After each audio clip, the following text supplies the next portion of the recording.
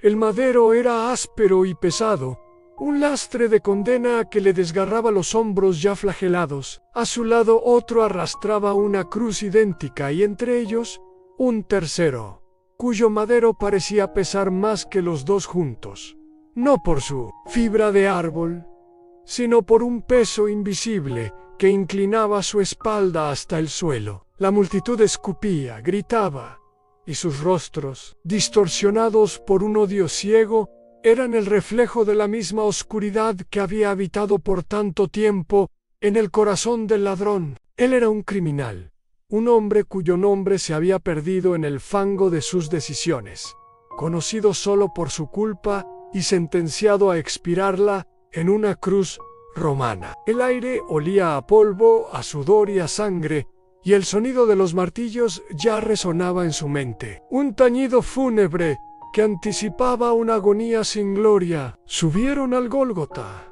el lugar de la calavera, y allí, bajo un cielo que comenzaba a enturbiarse, como si la creación misma contuviera la respiración, lo clavaron a su cruz. El dolor era un relámpago blanco que incineraba todo pensamiento, reduciéndolo a una pura y animal necesidad de respirar. A su izquierda, crucificaron a su compañero de fechorías. A su derecha, clavaron a aquel hombre singular, Jesús de Nazaret. Él también lo había escuchado, los rumores sobre un profeta, un hacedor de milagros. Ahora colgaba como ellos, sangrante y destrozado. ¿Dónde estaba su poder? ¿Dónde su reino? Una amargura profunda, el último vestigio de un alma que no se resigna a morir sin maldecir, brotó de sus labios. Se unió a las burlas, al coro de escarnio que lideraban los soldados y los líderes religiosos. ¿No eres tú el Cristo?, le escupió, con la voz quebrada por el sufrimiento. Sálvate a ti mismo y a nosotros. Era la lógica del mundo, la única que conocía la del poder que domina, la de la fuerza que se impone, la del Mesías que debería bajar de la cruz en un espectáculo de victoria terrenal. Pero su compañero de cruz, el otro ladrón, le gritó a través de los jadeos: ¿ni siquiera temes tú a Dios, estando en la misma condena? Nosotros, en verdad, justamente, padecemos, porque recibimos lo que merecieron nuestros hechos. Pero este ningún mal hizo. Esas palabras cayeron sobre su alma como un hacha sobre un árbol seco. En el silencio brutal que siguió al grito de su compañero, algo se quebró dentro de él. Dejó de forcejear contra los clavos y alzó la vista. Sus ojos, nublados por el dolor, se fijaron en el hombre del centro. No vio a un rey derrotado. Vio la serenidad en medio de la tormenta, una dignidad que el dolor no podía quebrantar. Vio como sus labios, en lugar de maldecir, formaban palabras de perdón para sus verdugos. Padre, perdónalos, porque no saben lo que hacen. Y en ese instante, con una claridad que le atravesó el alma más profundamente que cualquier lanza, reconoció su propia culpa, vasta y oscura. Reconoció la inocencia radiante de aquel que pendía a su lado. No era una inocencia meramente legal, era una pureza esencial, un amor tan formidable que podía perdonar desde el abismo del sufrimiento. Su corazón, endurecido por una vida de violencia y robo, se hizo añicos. La burla murió en sus labios, y en su lugar nació un quebranto santo, un arrepentimiento que era el primer acto verdadero de humildad de su vida. Mientras el otro ladrón seguía blasfemando, él se volvió hacia Jesús. El acto de girar la cabeza le costó una oleada de dolor insoportable, pero era un dolor que ya no maldecía, sino que purificaba, con una fe que brotaba de las profundidades más insospechadas de su ser, con una certeza que surgía de la revelación divina.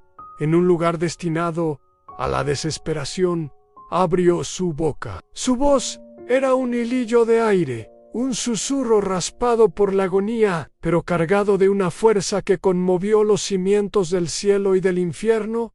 Jesús dijo: «No, Rabí, ni Señor, ni Mesías. Solo Jesús en el nombre personal, el nombre del hombre que era Dios, colgando a su lado. Y entonces llegó la petición, la más audaz, la más humilde, la más llena de fe que pudiera pronunciar un moribundo.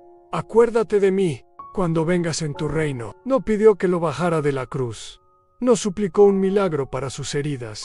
No rogó por una segunda oportunidad en esta vida. En el umbral de la muerte, con una perspicacia que los sumos sacerdotes en el templo no tenían, vio más allá de la cruz, vio un reino, vio una venida futura, vio la soberanía eterna de aquel que parecía un esclavo ejecutado, y lo único que quiso fue un lugar, por pequeño que fuera. En el recuerdo del rey, era el grito del hijo pródigo que, desde el muladar de su propia ruina, solo espera ser considerado como uno de los jornaleros de la casa. Era la fe que nace cuando toda esperanza humana ha muerto, y se aferra a la única realidad que permanece, a la misericordia de Dios, en el rostro de Cristo. Jesús se volvió hacia él, en medio de su propia agonía, con el peso de los pecados del mundo sobre sus hombros. Sus ojos encontraron los del ladrón. No había condena en esa mirada. No había reproche por las burlas de hacía apenas unos minutos. Solo había un amor tan vasto como el océano. Una aceptación inmediata y total. La voz de Jesús, la misma que había calmado tempestades y devuelto la vida a los muertos, sonó con una autoridad tranquila que silenció el bullicio del Gólgota para los oídos del ladrón.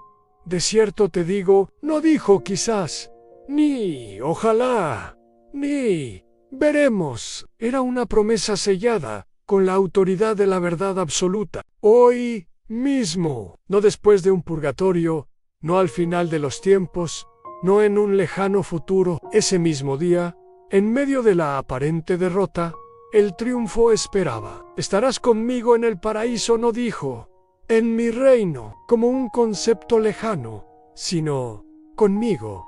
La esencia del paraíso no es un lugar, es una persona, es la presencia restaurada de Dios. Es el abrazo del Padre al Hijo que vuelve a casa. El ladrón no tuvo tiempo para bautizarse, para hacer obras buenas, para enmendar sus errores, para unirse a una iglesia. Lo único que tuvo fue un corazón quebrantado que se aferró a Cristo en el último instante posible. Y fue suficiente, más que suficiente. La gracia lo alcanzó en el lugar más improbable, en el momento más oscuro, y lo transportó directamente a la luz. La cruz, instrumento de muerte, se convirtió en su puerta de entrada a la vida. El criminal murió, pero el hombre nuevo, el Hijo perdonado, despertó en los jardines eternos, caminando por fin al lado del Salvador que lo amó hasta el final. Quizás hoy te sientes lejos, quizás tus errores te gritan que no hay esperanza, que has cruzado una línea de la que no hay retorno. Las burlas del primer ladrón resuenan en tu mente, tentándote a creer que si Dios fuera realmente poderoso, ya te habría rescatado de tu dolor. Pero mira hacia la cruz. Mira al hombre que colgaba a la derecha del Salvador. Su historia está ahí por una razón eterna para gritarte que nunca es demasiado tarde mientras tengas aliento para clamar. Dios no está esperando en un palacio distante, está en la cruz, a tu lado en medio de tu propio Gólgota, compartiendo tu dolor. Su brazo está extendido para alcanzar al más perdido, al más quebrantado, al que llega en el último segundo. No necesitas resolver tu vida primero, no necesitas ser lo suficientemente bueno, solo necesitas hacer lo que Él hizo, reconocer tu necesidad, reconocer su realeza y clamar con la fe más simple: acuérdate de mí. Él no te prometerá una vida fácil desde hoy, pero te promete, con la autoridad del que venció a la muerte, que hoy, en este instante, puedes tener la seguridad del paraíso, puedes tener la paz de estar con Él para siempre. La cruz del Calvario fue el puente que Dios tendió sobre el abismo infinito